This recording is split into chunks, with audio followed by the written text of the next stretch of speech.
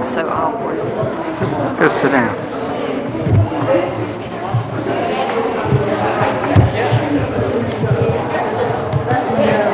It's okay. You got her permission. We got you. You got her? I got you. Very good. Well, don't fall and hurt yourself. I fell off guilty. For a minute. For a minute.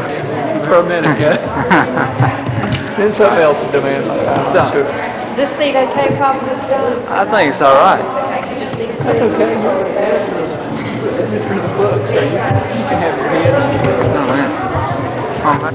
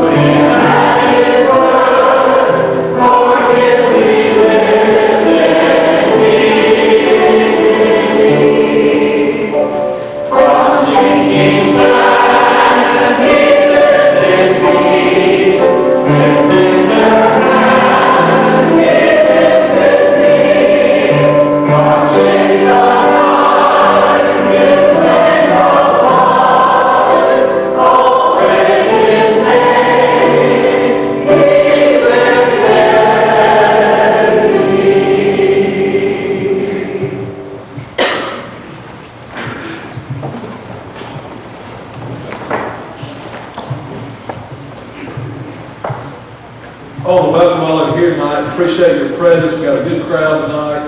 I've been looking forward to this. I'm not going to take up a whole lot of time, but it's good to see all of you here, and I hope you'll be back next Sunday night. Well, as a matter of fact, I hope you'll be back next Sunday morning.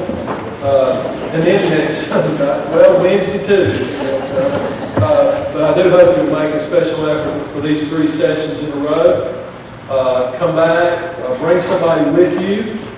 Some folks maybe they don't know as much about the history as some of us do. We're glad that you're here tonight. We're on tape, so videotape, so you'll need to behave yourself because we're going to have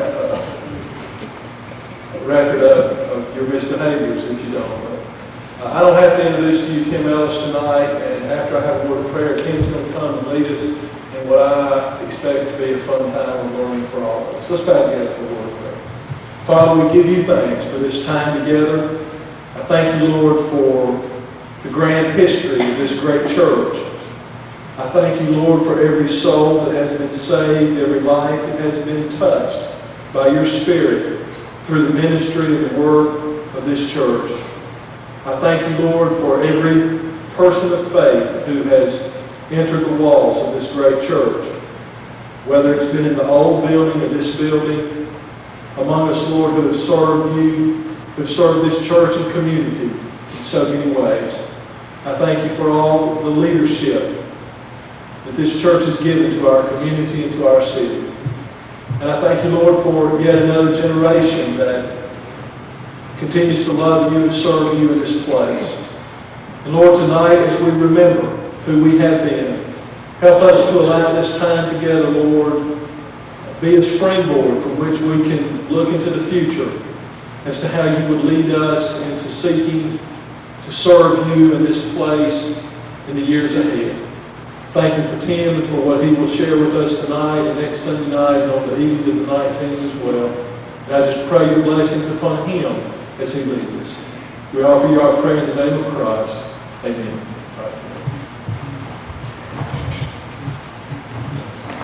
About 2 hours. Does this work? Does this work? Got 2 hours worth of material to share with you tonight in an hour, so we'll get with it. Would like to take an opportunity, though. This is the realization of a dream for me. 17 years ago, the church said, when several folks...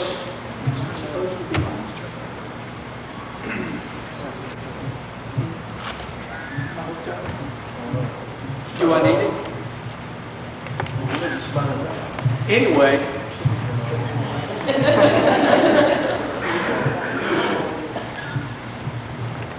Am I? Okay, it doesn't matter. If this doesn't work, I'll just talk louder. 17 years ago, in a meeting, someone said, it was me, why don't we do a church history? So everyone pointed to me and said, okay, you do it. 17 years later, I'm having the opportunity tonight to share with you some of the things that I was not able to share, and Becky and I were not able to put into this little book that was published hurriedly in 1995. This was something that we put together. I figured, Becky told me if I didn't just stop and publish the thing, then it would never get published. So it was published in 95, but there were so many stories that we couldn't tell in the short amount of space that we had. So hopefully tonight I can tell you some stories. And these, as carefully as I could, and record these as carefully as I could record them and gather the information. These are true stories. And I will try to go through these as rapidly, and my daughter has told me not to bore her. So I'm under strict orders not to bore you. And I hope no one goes to sleep. I would like to thank my grandmother and my mother, and Dad to a lesser extent, because Dad taught me to love history by sitting on his knee, literally listening to stories of how he won the Second World War. And my mother and my grandmother told me stories of Loray Baptist Church from the time that I was able to understand. And they taught me to love this church. And it's probably fitting that we're in this particular room, because this is about the only room in my entire life that has not changed drastically. This is one place that I can always come back and look at as a hub of the universe, because this place right here, everything else radiates from Loray Baptist Church. I'd just like to thank y'all and thank all the people and all these folks who have gone on before us, who have made Loray Baptist Church what it is and what it is to be. And I thank you for this opportunity. After 17 years, I feel this is a summit of what I've had the privilege of being able to do through the years. I'd like to share with you one verse of Scripture, Hebrews 12:1. Paul writes, "Wherefore, seeing we also are compassed about with so great a cloud of witnesses, let us lay aside every weight and the sin which doth so easily beset us, and let us run with patience the race that is set before us." There are times through the years, sitting in the choir, I could almost swear. I would almost bet. Why is there not a good word for that?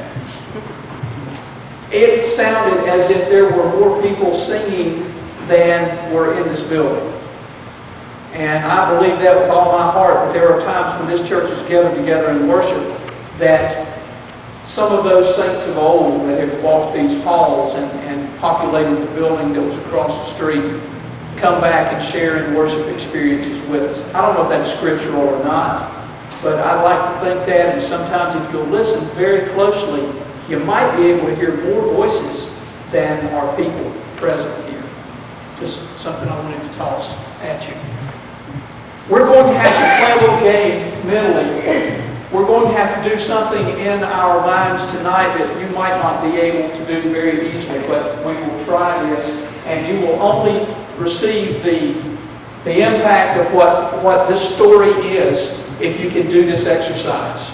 I want you to pretend that there is no East Ridge Mall. There is no Franklin Square. There are no subdivisions ringing the city of Gastonia. There is no Franklin Boulevard. There is no railroad track. There is nothing here but field, forest, and farms. That's all that was here. There was nothing here. The Civil War had come to the South.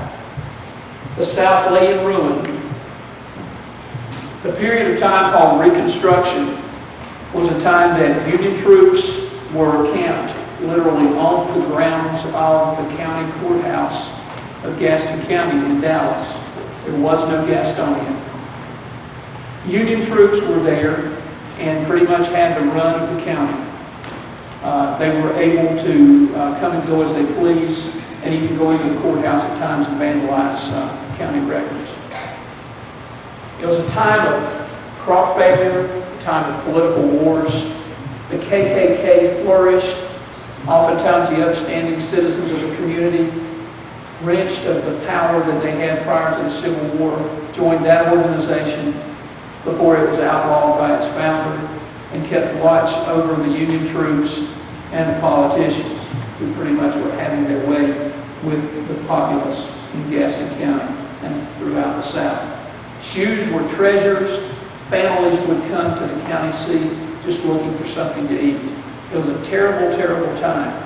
Out of the ruin of the South, and when I think about that, I'm always, whenever I think about the ending of something and how it can be reborn out of its own ashes, I look at one of the mystery windows of Loray Baptist Church and wonder why in the world a pagan symbol was placed on one of the stained glass windows, the phoenix on the third window up. It has fascinated me since I was a boy. But it is a sign, it is a pagan sign of resurrection. And there's only one vague reference to it in the Bible itself, in the book of Job. And I'll share that with you if you want to find out more about that. But that was the South after the Civil War. There was nothing. There were two schools of thought. Some of those were the D.A. Tompkins of Charlotte and George Washington Reagan of Gaston County. And many others across the South were hotly debating what the future of the South would be. Would it be a reborn agrarian economy, much as it was before the Civil War? Would we grow crops? Would we do the things that we did, and even without the labor force, the unpaid labor force that was set free during the Civil War, could we regain that? The other side, which eventually won the argument, won the debate, were the folks who were pro-industry. And these folks reasoned, rightly so, that if the cotton were being grown in the South and shipped to northern markets for manufacturing of textile goods, why should that not be happening here? Why should we not build the mills closer to the cotton fields so that we would have the economy of moving the raw material directly into the manufacturing facility? And so this group won. There was, in 1877, a small group of far-sighted individuals. They were people who had accumulated a bit of capital, looked at some vacant land that was owned by some of the large landowners, some of the farmers. And in 1877, after the railroad had come through, Dallas had, according to legend, Dallas had refused to let the railroad come through their town because of the noise and confusion it would start. It would bring with it, and all of the dust and the cinders. The railroad builders looped the road south of Dallas, and in a place 4 miles or so south of the county seat, the railroad came through a straight area of field and forest. It was just here with nothing around it. There were some far-sighted people who came in and had engineered for a later railroad, the Chester and Lenore Narrow Gauge Railroad, to come through and cross that railroad. That would be the center of a new city. So the charter of the city or the town of Gastonia said that the town would run 1/2 mile north, south, east, and west of the crossing of the Chester and Lenore Narrow Gauge Railroad, which we used to call it the CNW, which is part of the Norfolk Southern now, and the Charlotte and Atlanta Airline Railroad, which later became the Southern and is now Norfolk Southern, which runs right behind this building. The place where the railroads used to intersect was at Broad Street, right at Broad Street before the railroad trench was built. So right there on Long Avenue at Broad Street was the geographical center, and is today the geographical center of the city of Gastonia. 1887, these folks who had moved into this town, at that point in time, there was a population of 235 people in the town of Gastonia. By 1887, a group of these folks said, it's time for us to build a textile mill. And they did, and the mill was built near the present-day Whitman Supply, and one of the later buildings still stands behind Whitman Supply, but it's not one of the original mill buildings off Long Avenue. And that was called the Gastonia Cotton Manufacturing Company, and it manufactured coarse counts of yarn, very, very crude type of product, but it was very successful from the very beginning. Men such as George Gray, L.L. Jenkins, R.C.G. Love, Captain J.D. Moore, and George W. Reagan established this. By 1893, a second mill was built, and that was the Trenton, which is now a carpet outlet on Main Street right near Sears over here. And it was built along with its village. These folks saw immediate success from their products because, first of all, they had done the research and they had a product that was very saleable. By 1896, there were 4 mills in Gastonia. This is the way the early mills, some of you, many of you probably trace your heritage back to the mill across the street. Some of us trace our heritage to other plants around. To give you a quick rundown as to how these mills were built chronologically and where they were. First of all, the Trenton, I told you where that was. The Modena Mill was built in 1893. That's right off of Long Avenue in East Gastonia. The Avon Mill, right behind Tony's Ice Cream, was built in Avon in 1896. The Ozark, which is the old plant of Wick's Filters, was built in 1899. The Arlington Mill, right a mile or so away from us northwest, was built in 1900, and the Loray was built in 1900. It was different. The Loray Mill across the street, Firestone, as many of us know it, was different than any other mill that had been built up to that time in Gastonia. The reason being, it was financed largely with Northern capital. A lot of the money, a lot of the folks up north saw a good investment when it came before them. And so many folks up north, some large financiers, did invest in the Loray Mill. The mill itself was named after John F. Love and George A. Gray, who were early textile pioneers. And that's where the name Loray. If you look around, there's several other villages and streets in Gastonia. Art Gray was George Gray and Joseph Separ. And if a lot of these strange sounding names were names of combinations of parts of names of folks. By 1896, the population had grown. The business district boasted of 30 stores. There were an equal number of oil lamps lighting the streets at night. The Gastonia Telephone Company listed 31 subscribers, and the public square, which stands beside the present-day commercial building, lawyer's building downtown, it's now occupied by buildings, was just an open area that was fenced by stone posts with chains between them. There was a watering trough and a well to pump water for the horses that would bring their owners to town. So that was one of the first parking areas in the city of Gastonia. By 1900, the year that the mill was being built across the street, the city of Gastonia, which did not include this area, remember it had just been, it was really just a 1 mile square, and it ended up near the Oakwood Cemetery on Franklin. That was the furthest westward extension, and it did eventually come down and include the Trenton Mill and the Trenton Mill Village. That was the end of Gastonia, so it stopped down here. But by 1900, the population of Gastonia was 4,610 people. The first electric lights were turned on downtown in 1900. And you remember Charlotte. You've got to remember Charlotte was already a booming city. We can look and listen to all the stories of the grand and noble endeavor of the pioneers as they built Gastonia from field and forest. But actually, it was a business venture. Folks saw an opportunity here to do something really good for themselves, and maybe after that, good for some other folks. Come in here and you've got the land, you've got the labor force.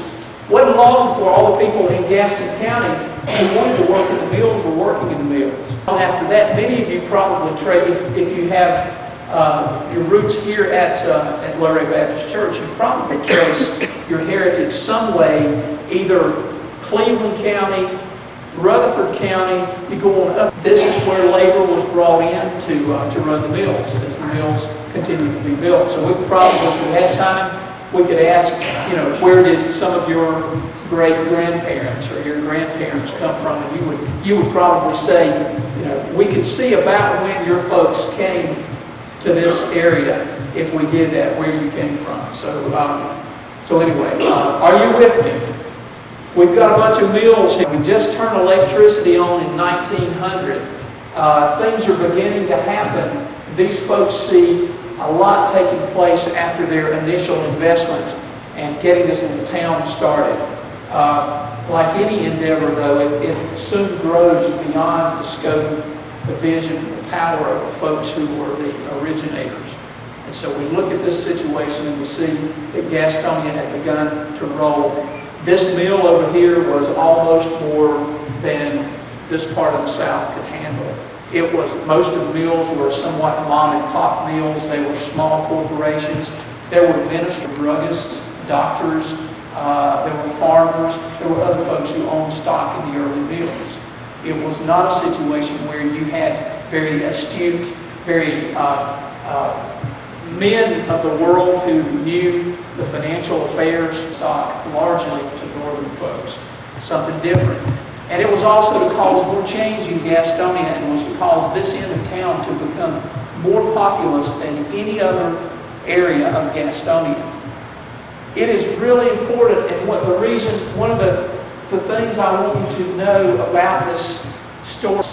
Somebody told me at work the other day, I was talking about a neat old neighborhood I had found. It was really run down, but you could tell once upon a time it was really something. They said, it's always been that way. I said, always? They said, yeah, 10 years ago it was like that. So it's not always been like it is today, and the story continues. 150 men were employed to clear the oldest structure, the oldest dwelling standing in the city of Gastonia, and the Caleb Bradley home is right up here on Gaston Avenue, between Airline and Gaston, where that little pie-shaped area is. The two-story house was the home of Caleb Bradley, who traded the property that the mill and the village were to be on. And so the Bradley home, if you ever nose around over here right across the tracks, you'll see the Caleb Bradley home. There were 150 men cleared the property over here. It was nothing but a pine thicket where the mill is.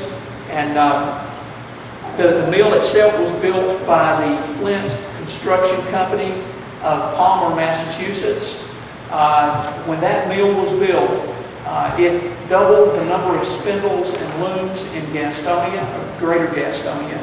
It increased the output of the county cotton by 40%.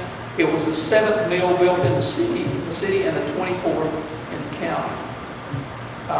This company came in and it was not successful. When the mill opened, and the interesting accounts are of the Gazette writing about the mill before it opened and how the first time they tested the whistles.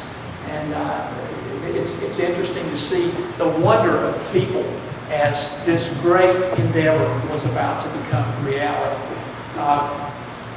In the building of the mill, because it was steam powered, and many of these, I'm living in Spartanburg, Beth and I live in Spartanburg County, and I drag her around all these little mill villages that ring the city of Spartanburg. And I know she's getting tired of that, but I take her around, and most of those are built on rivers.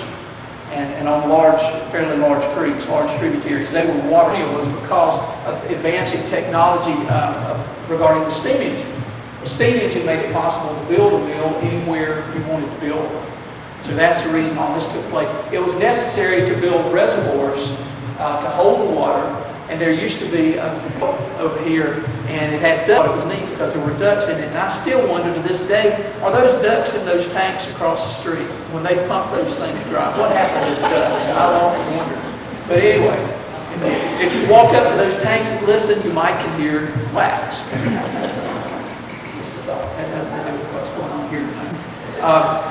Anyway, all this took place. To fill those reservoirs, it's really talk about you as if you lost your sanity. There's a place right off Garrison Boulevard where Catawba Creek runs. There's the remnants, the ruins of the dam that was built before the mill reservoirs were filled, and it is still down there near, it's near Overhill, I believe. But the ruins of the dam are there, and it's an old street, and broke the thing after they had pumped the lake that they had built in some low area there where Garrison Boulevard is to fill the reservoir. So if you're interested in that, maybe I'm the only person besides the kids who live near there that's ever gone around there. But that's interesting to me anyway. And since I'm the one who's up here, I could tell you that. And you couldn't say anything about it. Not schools. The Loray built a school right down near Joey Steiner's house that for many years after it ceased to be a school, after West School was built, Abernathy was known as the Firestone Recreation Center. That originally was a four-room schoolhouse that was built to educate the children who were not working, the children who couldn't go to school. And so that was originally a schoolhouse. And I have a picture here of it. That's just a photocopy, but this is some of you will remember, this was taken, I took this picture right before the wrecking ball got to it, and Joey Stowers told me one time never to come and take a picture of his house, because everything I took a picture of got demolished right afterwards. So if I ever come and take a picture of your house, look out. That took place 1903. A man by the name of George Wallace, who, this is all we know about him presently, as we have a picture here, and he was also employed by the State Mission Board to go around to mill villages and to the growing textile areas of the south of North Carolina and work to establish churches. He started preaching in the area 1903. Then in 1904, he was succeeded by Reverend Jacob Asbury Foyle, who had been raised a Methodist and saw the light. He became a Baptist. He was, as you will find that several of the ministers of this church, I'm just kidding, several of the ministers of this church were former Methodists, and it's strange that happened, and that a lot of those folks went into the ministry, and some of them came to Loray during their ministries. Foyle has been called one of the greatest missionaries in North Carolina Baptist history. He established 17 Baptist churches, one of which was the East Baptist Church earlier. It was called the Second Baptist Church originally. He preached anywhere that folks would gather to hear him preach. He would preach at brush arbors, at schoolhouses, at churches of other denominations, at people's homes, wherever a crowd could gather, he would gather there, he would preach. According to the history of the church, what became Loray Baptist Church came from a meeting that was held at the Arlington Mill Schoolhouse on June 6, 1905. There were 26 charter members of that church, and some of the descendants of those former members are still active and alive and well at Loray Baptist Church and in other places in and around the city of Gastonia. Although Dr. Whitley said, J.W. Whitley said in an interview in 1938 that the church was actually organized where the old dormitories for the mill used to sit across the street. What happened? I've tried to trace this for 17 years and figure out really what happened. Well, this is probably what happened. There was a Sunday school for Baptists started at the Loray. There was a church that just happened to have been organized up at the Arlington, and that might have been the only place at that particular time. That might have been where Boyle was preaching at the time. And that's the reason, because he would preach Sunday mornings there, Sunday nights at the old white church across on Airline. He would preach at Lowell. He would preach at Baker's Mill. He would preach wherever he could find. I think that was out near Crowder's Mountain. He would preach anywhere he could find, and he just happened to get these folks organized at the Arlington. There was a Sunday school there. There was a Sunday school here. You had one church, two Sunday schools. 1906, those came together when the church finally had a meeting home, as far as we can tell. It's a very disjointed story, but just over the years putting the pieces of the puzzle together and talking to members whose forebears had told them about things, it seemed to be not just a very easily traced organization and evolution of the church's life. Following the meeting in which the church was organized, Captain J.D. Moore of First Baptist Church offered the church a building lot, which was, as far as I can tell, the lot where the used to be Moffett Falls Produce across from Bradley Memorial Methodist Church. That was the lot, from what I can tell, where the church was offered a place to build. Before, however, the deed could be transferred, he died suddenly. He was a businessman. He was a former Confederate officer. He was one of the beloved of the city. He was a great leader and a great Baptist. But he died suddenly, and so the church met, the small group of people that consisted, that made up the church's body, met wherever they could be.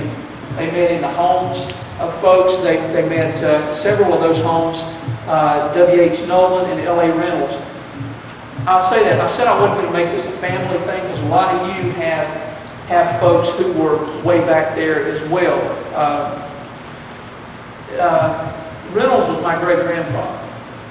I'll say that because it's going to be on tape, and I've never really said that in the book or anything, but I'm proud of that distinction. Humbly proud, because it's something that's been told me through the years. W.H. Nolan and L.A. Reynolds' homes. My great-grandpa Reynolds lived in a little mill house that stood right across from the Trenton Mill office, right across from Sears, that was facing Main Street.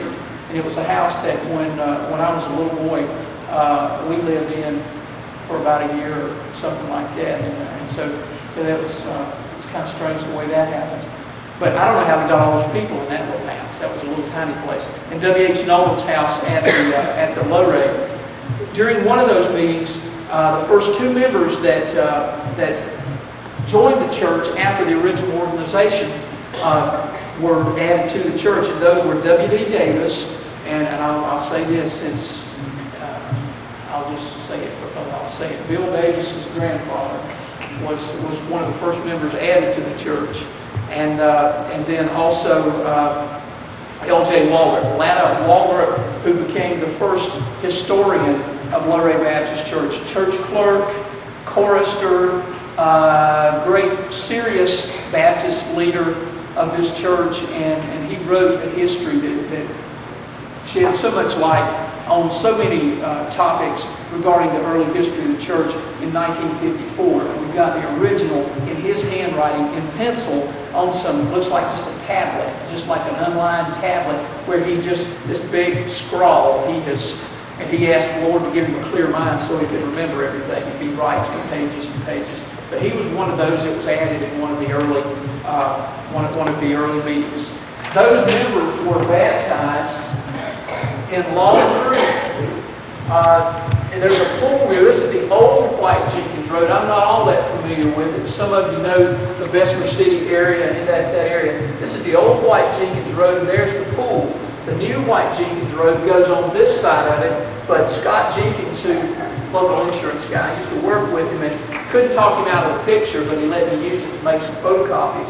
And he said, churches used to baptize there. So these first two members were baptized in Long Creek, up near Bessemer City, Dallas, Bessemer City area. And they say the pool is still there, so if anybody After you go see the dam, you might want to go up and tromp down. You might see me there. You just never know. The church continued to grow, and then on August 17, 1906, there was a business meeting held in one of the homes, and the church voted to rent Bradley Hall, which was a newly constructed commercial building on what we now fondly refer to as Greasy Corner. Right down here, it's beside the old Franklin Hardware location, the long building that runs from Franklin Hardware all the way to the corner. It included what once was T&T Supermarket. The upstairs was Bradley Hall. That was the McKee, the Mac Bradley property. And Bradley Hall, the upstairs part of it, was a meeting area. Folks could rent that out because there were no walls. It was just one large meeting area.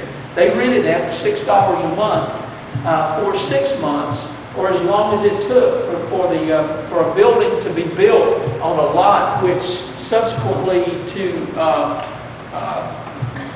Moore's passing away unexpectedly, the Loray Mill came in and said, if you'll put a church here, we'll give you a building lot.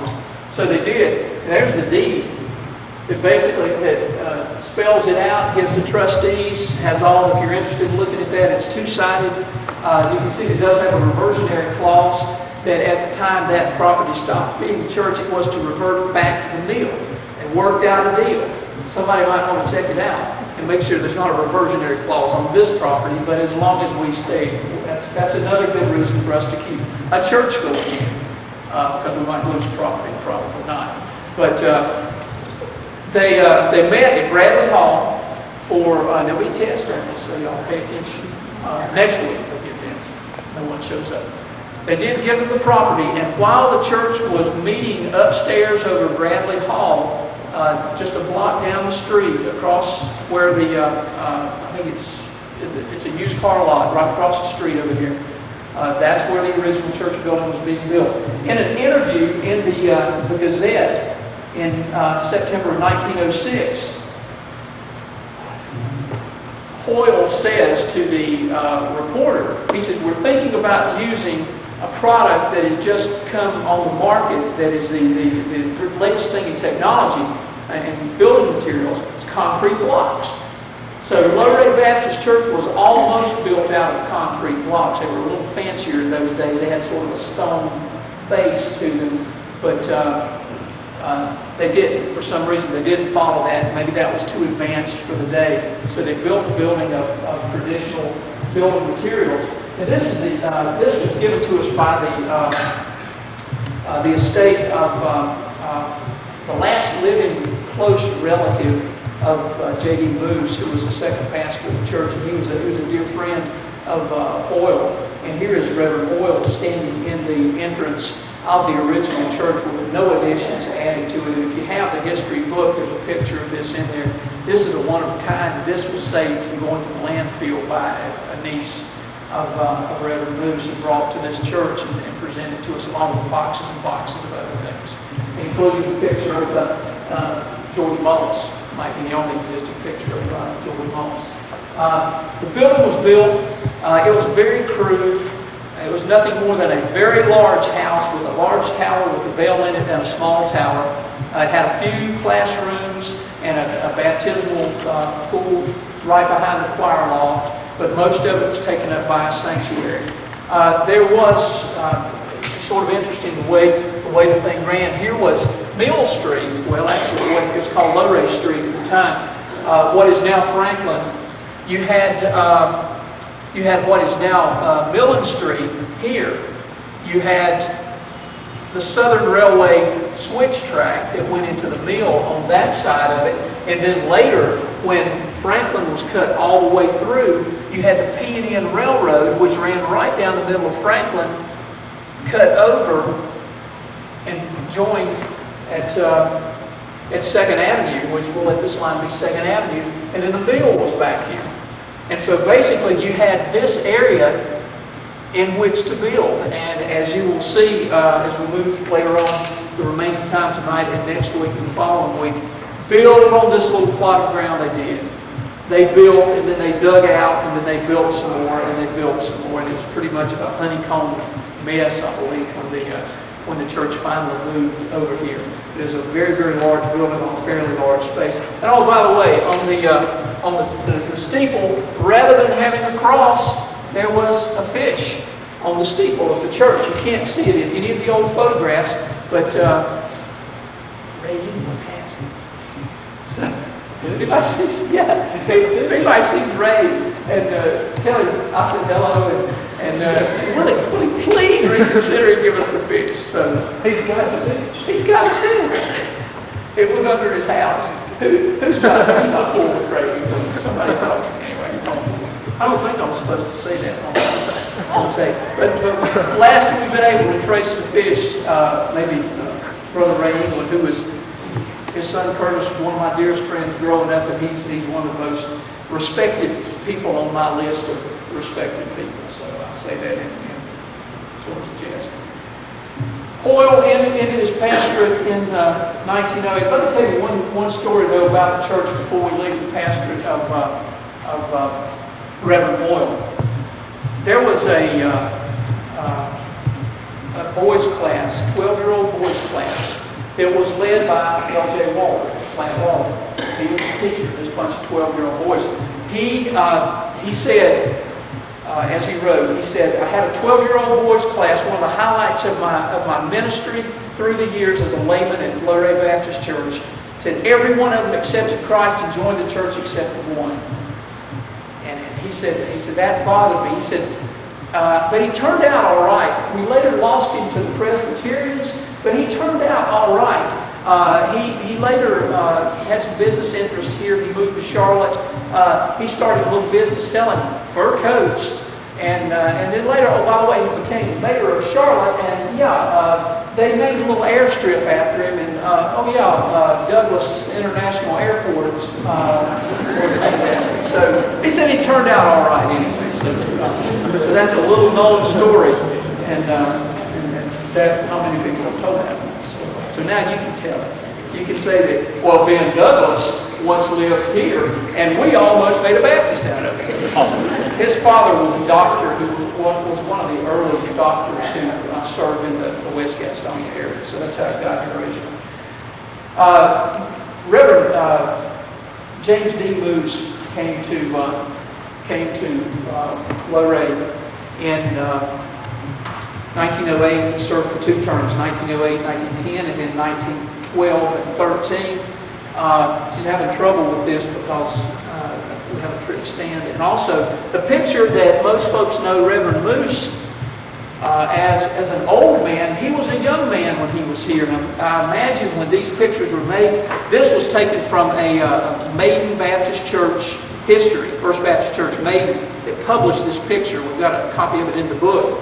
But this was the appearance of J.D. Moose. He was loved by the young people. He was a very strict Baptist. They say in most churches that he went to, the membership actually reduced. But he had 100% you knew of Reverend Moose, and he got some neat stories. If I had time, we could tell. We could stay here until 10 or 11 o'clock at night. But have a deacons meeting, I believe, coming up. Reverend Moose, though, was a staunch Baptist. If you didn't tithe, if you didn't do the stuff Baptists were supposed to do, you were out of there. You were out of there. So he'd come into a church, and it'd be boiled down to the essence of the church. And so when he left, the church would be Baptist. I mean, it would be a Baptist church. They told me one time there was a ministers' meeting in Charlotte at church on South Boulevard. Story that was told to me, and he was there, and somebody said, "Let's get him wound up." There's an older man, this time at Richard Memorial, okay, and said that let's get him wound up. And so they said somebody was questioning the security of the believer, once saved, always saved. I said they were late getting back into the meeting. Said he pulled that New Testament out of his pocket and started going up and down the steps preaching to them, and they just, they missed the last part of the meeting because of that. But he was a young man who was loved by the young people of the church. The first term he was there, he led in the establishment of the envelope system. So that was probably the first time that envelopes were used to collect tithes and offerings at Loray Baptist Church. Was under the pastorate of James D. Moose. He also led in the ordination of 2 deacons, W.P. Glover and E.C. Roberts. W.P. Glover, before he died, I had an interview with him. He's a distant relative of mine, and a less distant relative of Ray Barnes. Isn't that correct? I had a chance to sit with him about 4 hours one night. He told me everything he knew about everything. And he apparently helped start a bunch of Baptist churches. I don't know what that meant, but he was in a lot of different places. But he did say that the first addition to Loray was because of him, because they put him in charge of teaching some young ladies, and said he was a dapper young man, and said he would get up there and he would be dramatic, and they would just, and finally they built some additional rooms because they said he was disturbing the other classes that were all being taught around the different but whether that's true or not. Our history says that they built the addition because of overcrowding. He was also a book collector. Here he is probably in the parsonage at Loray with several of his bookcases. We have a picture of him in his 90s, and those bookcases are in the background, and he's sitting in that chair. So that's sort of neat. He led the church until January 1910. Membership had grown to 333 members at that point in time. You've got to remember, people were everywhere here. George M. Robinson came 1910 to 1913, and he was the third pastor. He was called a good businessman, a wise leader, and a good preacher. They installed a new furnace. The church was carpeted. Pews were installed because they'd just been in some sort of nondescript chairs at that point in time. And a pulpit set was purchased, and the pulpit set downstairs in the old assembly room downstairs is the one that was purchased during the time of C.M. Robinson. Several things happened in Gastonia during this time that were right interesting. First of all, that was my choice of stand is the reason that's going in.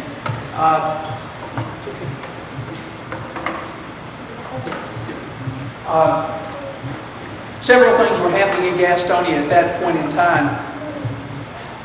Gastonia had changed its charter from the town of Gastonia to the city of Gastonia in 1910.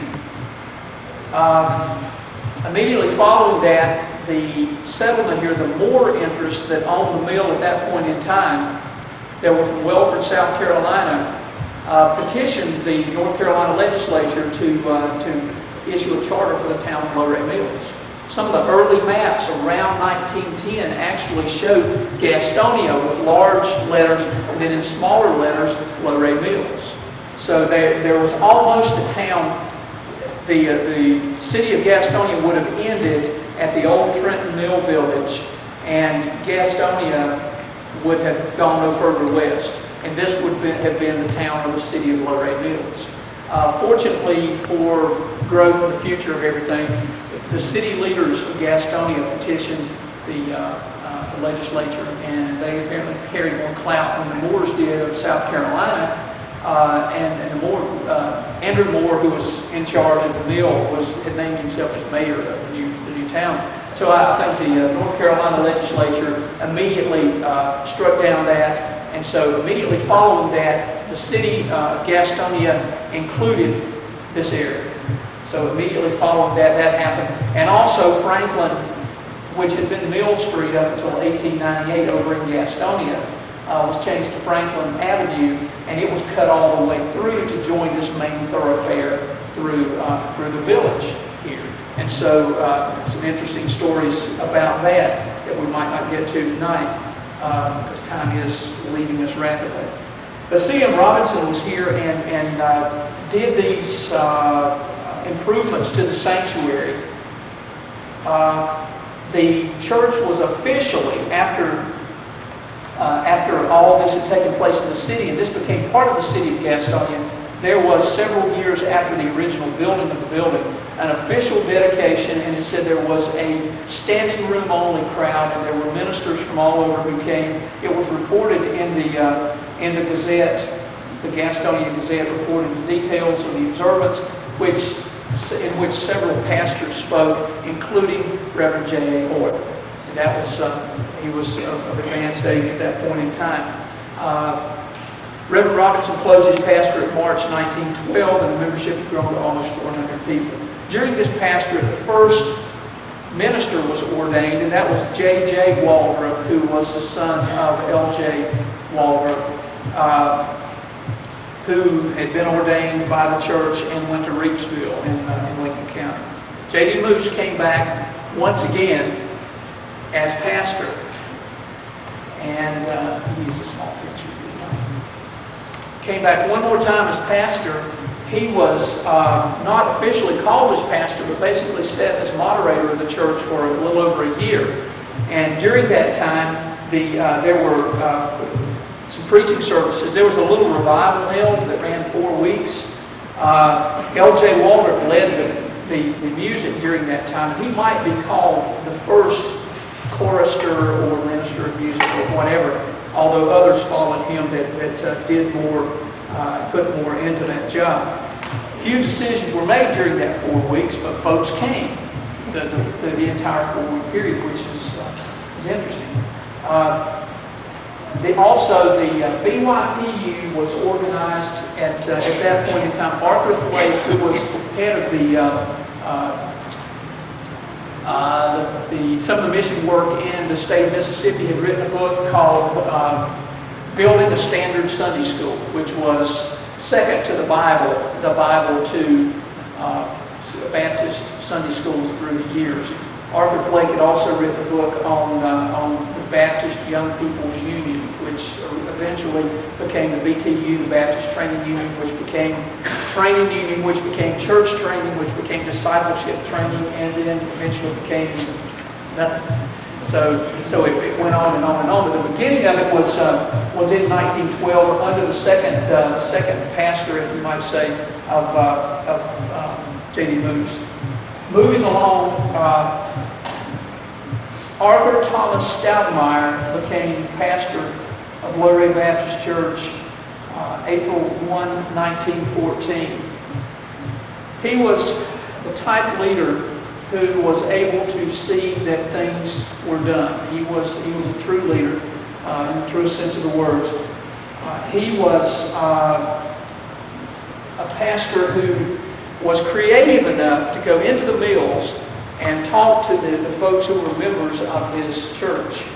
He had the departments of the various mills that supplied members to Loray Baptist Church, divided them into teams, where you might have the carting department at Trenton and the spinning or whatever at the Loray might be at each other's throats because of the trying to outgive. And so they raised a lot of money and paid off all the debts and were able to do some nice things to the church, improve the church's credit rating. This was the time of the beginning of the First World War in Europe. Prices were rising because of demand to send goods overseas. The mills were running full time. This was also a time of church growth. The first addition to the church, W.C. Glover said it was because of his loud teaching, but probably it was, and that's looking at this blow-up of this aerial view, it was this section here. If you'll notice in the original church, the large arched window was recessed. You can see here where it came out, protruded from the front of the church. That was the first addition of 4 Sunday school rooms, 2 upstairs and 2 downstairs. And this happened because of the growth of the church. The July 1, 1915 witnessed the close of this pastorate, and Reverend Stoutmayer moved to Union, South Carolina, and took up work there. G. P. Abernathy, George P. Abernathy, is the... I talked with several folks, Mrs. Stiers, before she passed away, and she gave me a lot of insight into G. P. Abernathy, and some of you here may have heard folks talk about George Abernathy. He was a fine preacher. He was a fine man. He led the church during its most prosperous time up to that point. He came to the church July 18, 1915, or he was called then and assumed his duties in September. He immediately, or shortly after coming, saw the need for an improved building. Did some things to it, including the addition of a 16 classrooms to the west side of the building, which is this addition here. All this back here, but this addition here, which pretty much was like this one, only a bit larger. And downstairs, from what I understand, there were sliding doors that would open, or folding doors that would open, where you could actually increase the capacity of the sanctuary by opening up those Sunday school rooms for folks who wish to be. And those of you who, I'm 46 years old. I came to this building. I'm sorry. Those of you who were in the old building know that part of it could be opened up where that increase the seating capacity. If I'm wrong, somebody tell me. Okay. This took place, and also the building of the parsonage. The first parsonage of Loray Baptist Church stood where the parking lot is on the west side of the church, right across Millen Street. That was the original site of the parsonage, and many of you who were more mature than myself remember that. But it was there. And then in 1916, the bond issue had passed to build East and West elementary schools. East used to stand on Ozark Avenue across from the Ozark Mill, which is now the Wicks building. There's a warehouse, blue warehouse there now. And an identical twin was West School, which later became Abernathy School, which stood beside the mill. And you can see it. Well, here's a picture somewhere. Here's a picture of of West School in the 20s, and that shows the number of children there. And you can see the mill off in the distance. Those schools were being built. The last commencement of the school over here, which later became the community center, the Firestone Girls Club, or whatever name that you want to remember it by. The last commencement was held at the old Loray Baptist Church, and P Abernathy pronounced the invocation at that commencement of the final year. July 1916, well, a little prior to that, in June of 1916, local militia, local National Guardsmen joined the feverish chase after the bandit Pancho Villa, who on the Texas-Mexican border had been staging raids all up and down, was driving the Mexican authorities crazy, and had come over into Brownsville, Texas, and raided that city at the loss of some American lives. So, under the command of General John J. Blackjack Pershing, U.S. troops were called out to go and cross the border and bring Pancho Villa back. Well, there were some National Guardsmen from Gastonia who were mobilized and cheering as they sent them off. They went and joined Pershing as they were chasing Villa, or the ghost of Pancho Villa, all over the place, and never could catch him. As soon as they left, the rains began to fall. Almost as soon as the train pulled off with the Gastonia soldiers in it, the rains began to fall. July 7, 1916, the rain began at 4 p.m., rained for 28 hours straight, and water rose as much as 60 feet on the water courses in the area. The Mountain Island Mill became history. It was washed away. Mills, bridges, Sloan's Ferry Bridge over the Catawba River, washed away. A loss of many lives. Southern Railway lost many people trying to save trains that were stranded on bridges and trestles. Much loss of material goods, homes, mills, roads, bridges, and it took months and months for the area to recover. Southern Railway, if you can find it, they're very rare. If you can find a copy of it, Southern Railway published a booklet about the floods of 1916, so it was a big deal. It caused a lot of bridge building and a lot of rebuilding of things that were lost after that time. World War I came about, or the United States involvement in World War I came about in March of 1917. These local troops that were down there running around after Pancho Villa in Mexico came back to Gastonia, but were not mustered out. They said, stand down and stand by. And immediately following that, they were called to active duty. as in March, the U.S. entered World War I. There was a great revival service that was held, which shows that until recent times, crises in national life and in community lives have brought people together in church to worship. We didn't see it in Hugo, we didn't see it during Desert Storm. But prior to these days, when there were crises that affected people, they came together in church and worshiped and asked for God to deliver them or to help them through a trying situation. There was a revival service held at Loray Baptist Church immediately following the declaration of war on the Germany and her allies. There were 100 members added to the church following that.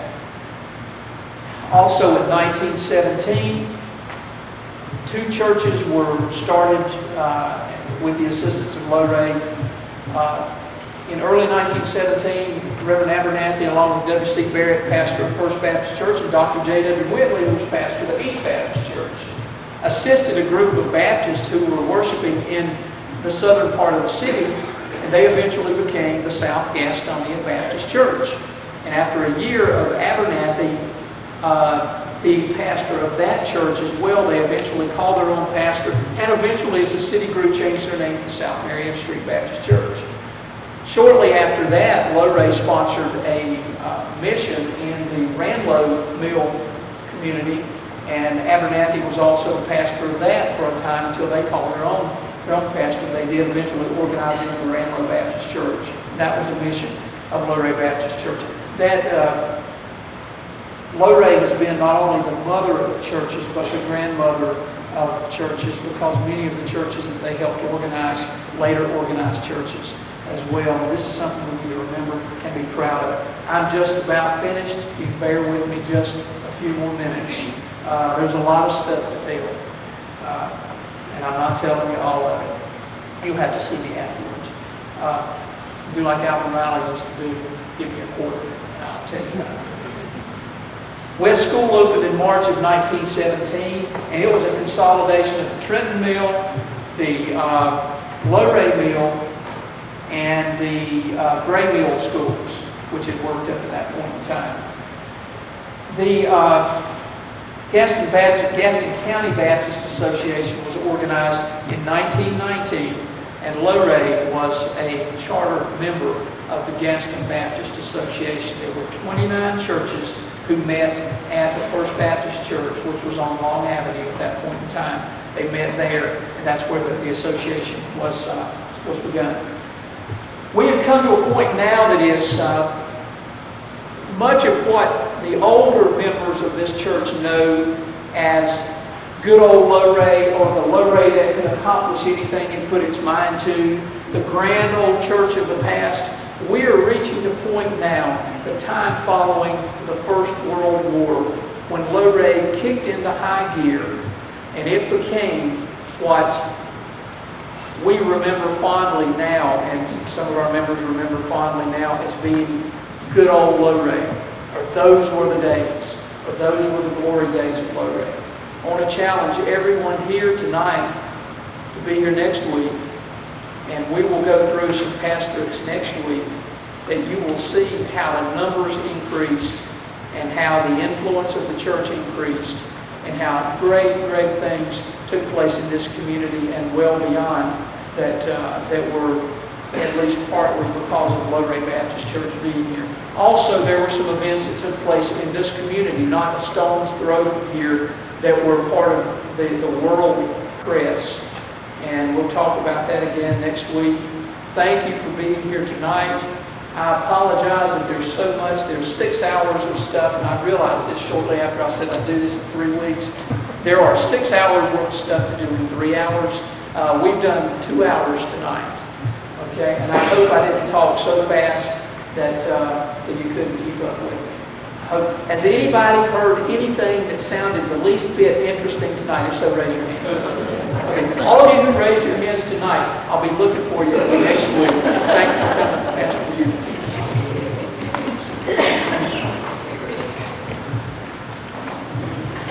That boy can talk fast, can he? That was good, and I learned some stuff tonight. I didn't know we were almost in Loray, North Carolina. We'd be First Baptist Church, Loray, North Carolina. But that was interesting. I learned a lot of good stuff. Please bring somebody with you next Sunday night. It'll be a good time again as well. Thank you, Tim. Let's bow together and pray. Father, thank you so much for our history, for what it means to us, for what we can learn from our past, Lord, to lead us into the future. Thank you for what we've talked about tonight and learned about. Go with us now, Lord, and give us your grace and peace in the name of Christ. Amen. Thanks for coming. Let me mention something right quick. On the last Sunday night, we're going to have a time when you can share some old stories. So be thinking about what the church has meant to you, and maybe bring some. I know you know people that have connections to Loray Church and Village that are not even maybe a part of our church now. But try to bring these folks on the last Sunday night, which will be the 19th, and we'll have an opportunity for everybody to say something. Thank you. Good night.